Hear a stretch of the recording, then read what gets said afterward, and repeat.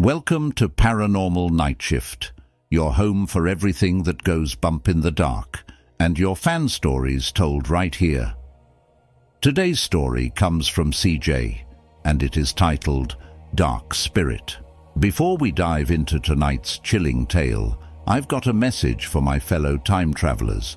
Are you ready to take your paranormal adventures to the next level? Need more spine-tingling mysteries and time-bending thrills? Then listen up.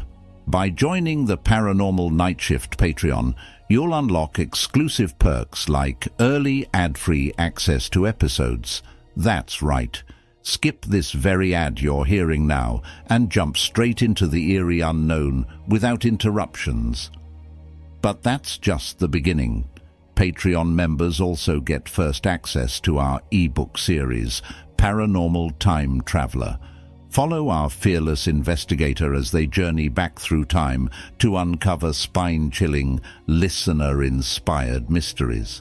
It's a supernatural adventure inspired by you, our amazing night shifters. Don't forget, new episodes of Paranormal Nightshift drop every Monday and Friday evening, with surprise episodes popping up when you least expect them. So stay tuned, stay curious, and don't miss a single twist in the story.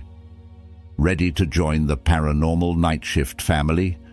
Head to patreon.com/paranormalnightshift or click the link in the description.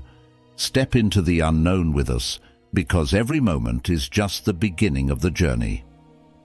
Now, let's get back to tonight's story.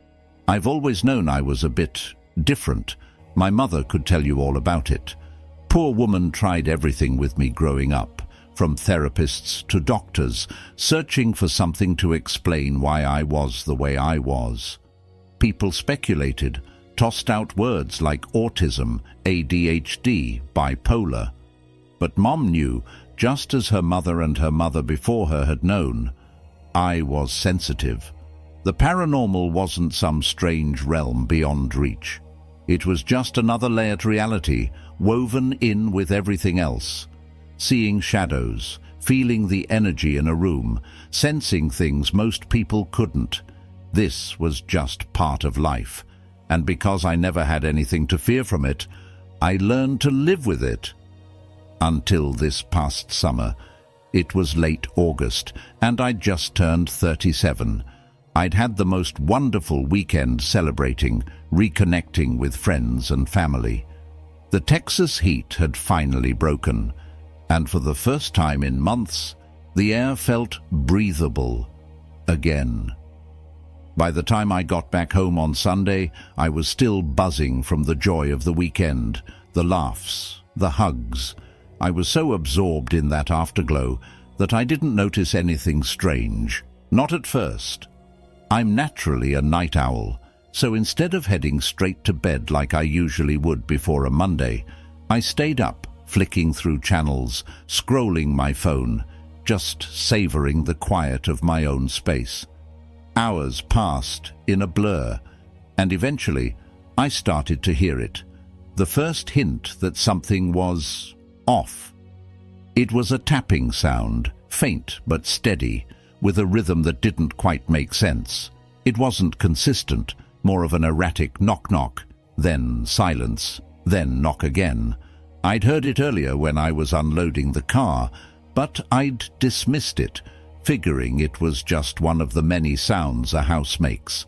Besides, with 4 cats, random noises don't usually warrant much concern.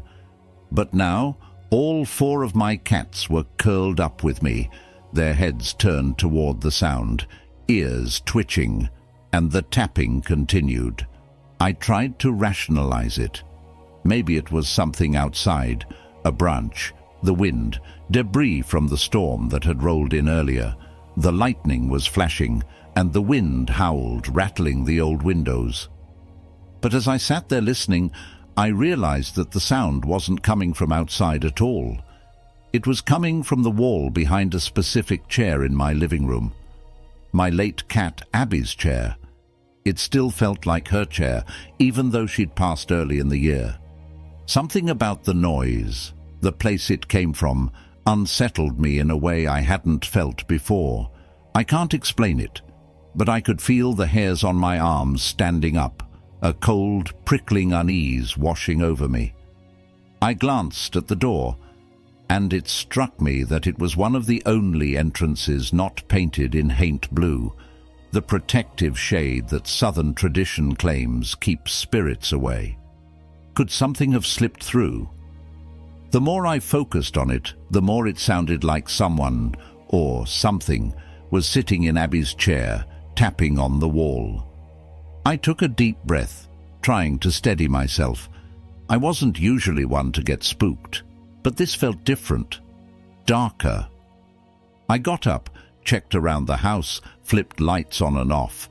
I opened the front door, the garage door, walked through the kitchen, into the laundry room, half expecting to find some logical explanation, but nothing looked out of place. The tapping continued, relentless, almost taunting. Then I remembered the dowsing rods my mum had shown me, a pair I'd picked up for myself. I'd been using them to trace water lines on the property, but in the back of my mind I remembered my housekeeper had mentioned that they could also answer yes or no questions, a simple tool for communicating with spirits. With my nerves tingling, I picked up the rods and faced the chair. The room felt thick, heavy, like there was something watching me from the shadows, waiting. I took a deep breath and asked, "Is there a spirit in this house?"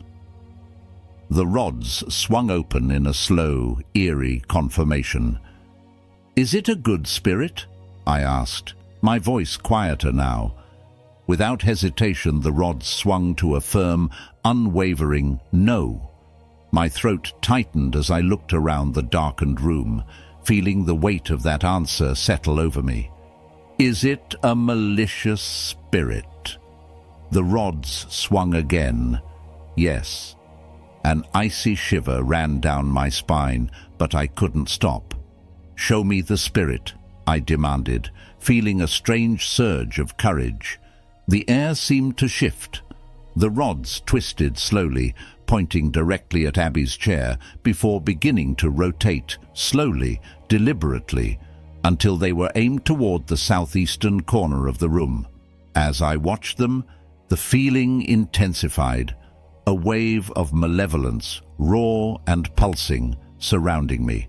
I could feel it circling, closing in, the air pressing down, heavy and thick, like something breathing down my neck. That feeling, that primal awareness that something was watching me, was undeniable, and with each second, it grew stronger. I turned to face the corner, squaring my shoulders, clinging to every ounce of courage I had. "You cannot stay here," I said, my voice firm. "This is a house of light, and darkness is not welcome." I repeated words I'd learned, old words used to send spirits away. I repeated them 3 times, and as I finished the third repetition, it felt as if a gust of wind swept through the room. The heaviness lifted and I could breathe again. I held up the rods one last time, my hands still shaking. "Is there a spirit in this house?" This time, the rods swung slowly to no. The silence that followed felt immense, like the house itself was sighing in relief. The tapping was gone. The cats had relaxed one by one, settling back down as if nothing had happened. I sat down, feeling like I'd just run a marathon, my heart pounding, the reality of what had just happened slowly sinking in. I told my friends about it the next day, and one friend in particular who shares my birthday had an interesting response.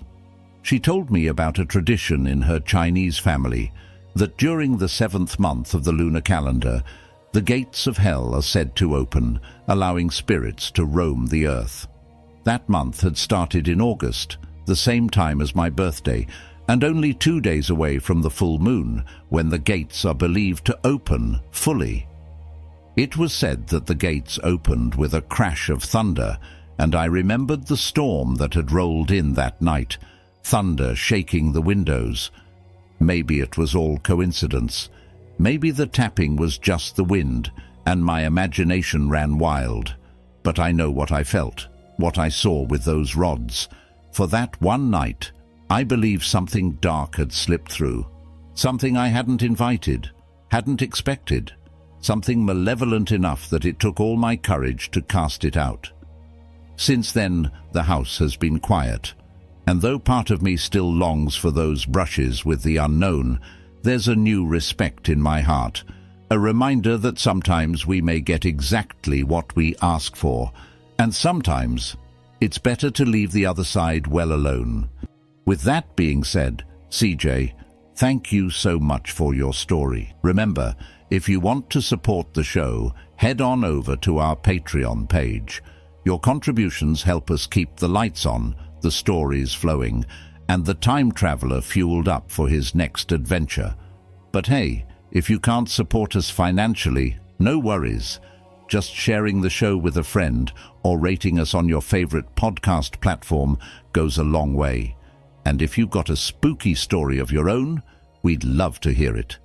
Share it with us right here on Paranormal Nightshift. You never know, your story might just become the next chapter in the Paranormal Time Traveler series and told here on the show. Until next time, keep your eyes peeled for the unexplained, your ears open for the unheard, and your minds open to the possibilities.